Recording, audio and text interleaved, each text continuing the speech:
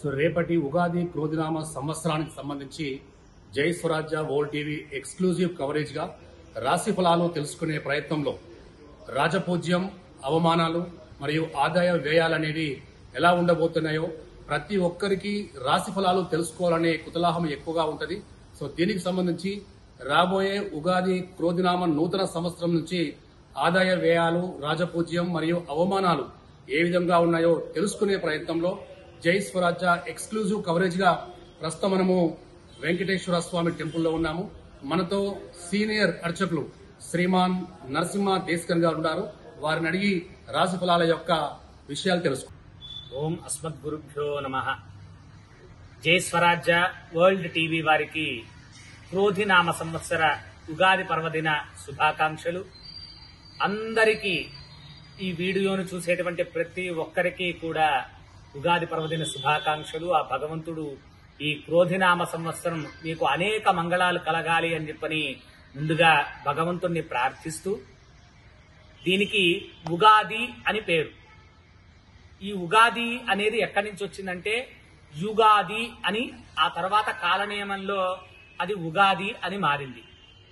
యుగ్మం నుంచి యుగం వస్తే యుగం నుంచి ఉగాది అని చెప్పని వచ్చిందనమాట. యుగ్మం అంటే జంట, జంట అంటే కష్టసుఖాలు, సుఖదుఖాలు, ఇట్లాంటివి అన్ని కూడా జంటతో కూడుకున్నటువంటిది అనమాట ఈ ఉగాది అనేది. అంటే వసంతకాలం చాలా అద్భుతమైనటువంటి చెట్లు చిగురించి ఉండేటువంటి కాలం నుంచి ప్రారంభమై శిశిర ఋతువుతో ఇది ముగుస్తుంది.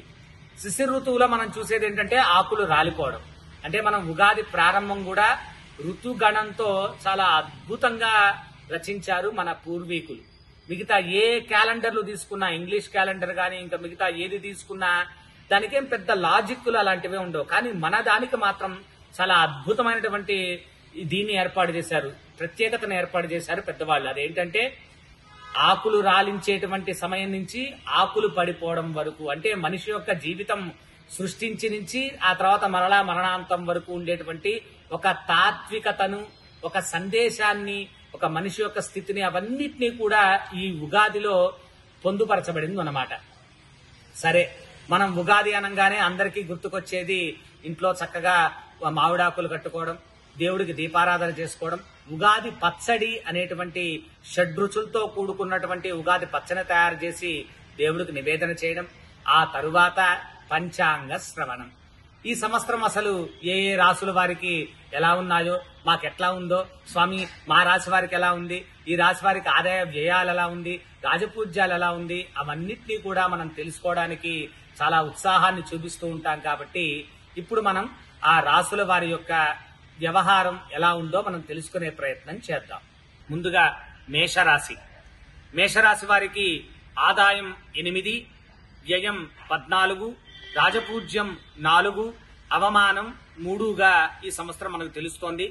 ఈ రాశి వారికి సంవత్సరం అంతా కూడా గురువు 2వ స్థానం, రాహు 12వ స్థానం, కేతువు 6వ స్థానం, 11వ స్థానంలో శని సంచరించడం ద్వారా మంచి శుభ ఫలితాలు కలిగేటువంటి అవకాశం చాలా ఎక్కువ ఉంది.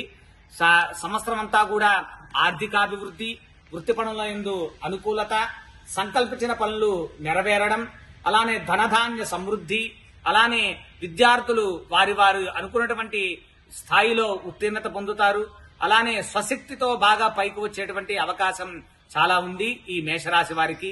ఈ మేషరాశి వారు ఎక్కువగా సుందరకాండ పారాయణం, అలానే సుదర్శన హోమ జపాది కార్యక్రమాలు చేసుకోవడం ద్వారా అద్భుతమైనటువంటి ఫలితాన్ని పొందుతారు ఈ సంవత్సరం.